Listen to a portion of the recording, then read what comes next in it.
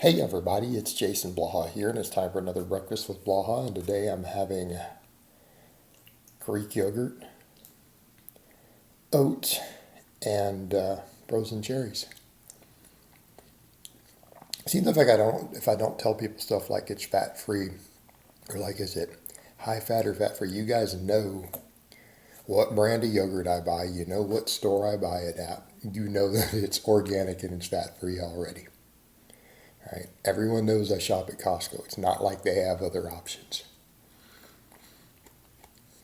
So it's always fat free.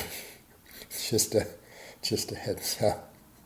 It's always organic, and it's because that's the Greek yogurt that they sell. That's their brand. And I buy those big containers.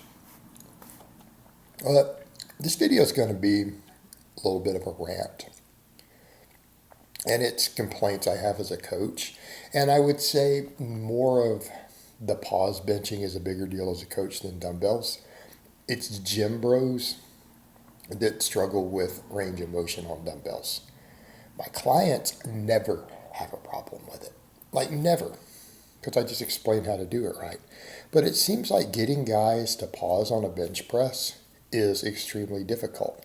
Now, some of you are going to say, well, there's some really advanced elite benchers who do a lot of touch and go, but they're the exception, aren't they? Right? They know they can't calculate a max based off that. They're also probably just doing a bunch of fatigue pump work, and they already have perfect bench technique. I'm talking about a lot of my lifters who, again, don't get me wrong, you guys have seen some of my guys who have big benches, they're paused. They're paused. Plenty of guys benching over 300 pause that you guys have seen on camera. Depending on which of my social media you watch. But I also have guys who I cannot get them to pause bench to save their life. Like, I could honestly say that if there was a gun to their head or to their wife or their children's head, they probably still couldn't pause bench. They wouldn't be able to do anything but touch and go.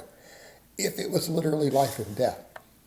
And that's an exaggeration, but that's how I feel, because you can tell them over and over and over. The dudes will bounce the bench. And I'm not even talking always young guys. Young guys, it's really bad. It could be a 35-year-old guy with a master's degree. And you tell them to pause their benching. Well, I thought it was paused. And they'll do this. That's their pause. And I think it's a couple of things going on with guys. Number one is the ego thing. And before you guys say, was it a problem? Yeah, it's been a problem. It's been a problem for some of my guys who compete in powerlifting who are very new to powerlifting. We've run into issues with this. Because if you don't pause in your training, what happens? You're not going to pause on the platform. And then they're expecting to hit a certain bench. They're like, I did whatever in training. Well, they can't do even close to that in competition when they have to pause it. And no one's going to count it. You bounce your bench and upload it to the internet, even if you just want accolades. No reasonable lifter is going to count your bench. They're going to be like, yeah, it doesn't count. It's my view on it. I mean, unless it's something monstrous, like if it's 500 pounds or something, okay, fine. Because that guy benches a lot. Nobody's going to count your 300-pound bounce and go. Nobody's going to say that's an impressive bench who actually lifts. They're just not. So, I think it's a couple things going on. Number one, I think it's the ego thing. Because when guys have to pause, they can't lift as much weight. They can't, especially rep work. But here's your issue. It also gives you a miscount of what you're capable of, because if you're doing too much touch and go, even your 10s, it won't translate back over into 5s. Your 5s won't translate over correctly into singles because it's a different technique, because the amount of bounce and touch and go you're doing is going to be different. Right? It's a big problem there. But I think it's ego for one. Number two, it's that guys get psyched up. They get too excited, right? I've noticed it's emotional. A lot of times when a guy is supposed to be maxing and they're supposed to pause bench. You guys remember that when I uploaded Doug's stuff? Doug hit that lifetime PR, that 360 bench, and everyone's like, well, it's touch and go. 5 minutes before, he sent me a 350 pause.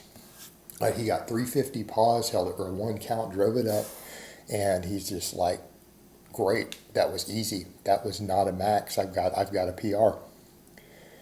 He walked over, put 360 on after 350 with a beautiful clean pause, looked like an opener. Went 10 pounds heavier. He rushed. He's like, I rushed the pause. He got excited.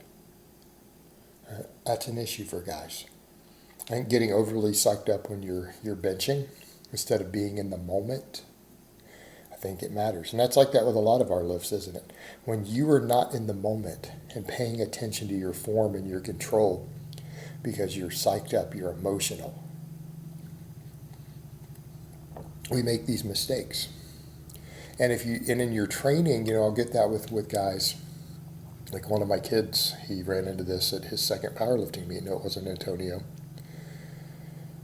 We were going, I'm like, dude, you got to pause your benching. And then as we start getting closer to the meet, he starts realizing his bench is 5 to 10 kilos weaker than he thought it was when I'm making him pause. Right? The meet didn't go as well as he would like. He benched 10 kilos less in competition than he had done with his best bounce and go in the gym, which is 22 pounds for my American followers who use freedom units. And then what?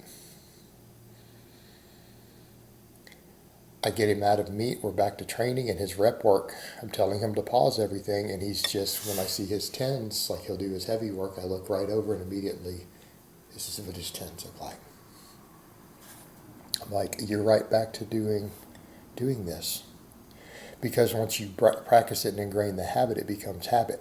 And if it becomes habit on your rep work, again, barring some really elite guys, I'm going to get some guys who are like, I got a big bench and I do a lot of touch and go. But you have your pause bench dialed in. You have probably years of practicing the pause bench, and you're choosing to do that for metabolic fatigue. I don't think there's any advantage to doing the touch and go personally. I think you would be better off from a chest development, a tightness perspective, everything else, pausing. All right? The people who don't pause are the same ones who always talk about, I don't get big pecs from benching. Scapular retraction and pausing, and that will go away. That will resolve that. Also, a lot of the guys I know who run into certain inflammation and shoulder problems. They do too much touch and go benching. I've noticed a correlation there. Big correlation. But if you're practicing all the time, your rep work, touch and go, that's what you're going to do when it gets heavy. Exactly what you're going to see. A guy's going to try to ramp up to a max. They might be able to pause for some of them, but then the last couple heavy singles, they'll start touch and going it again because we fall back into the habits we set in our training. So, guys, you have to set your ego to the side.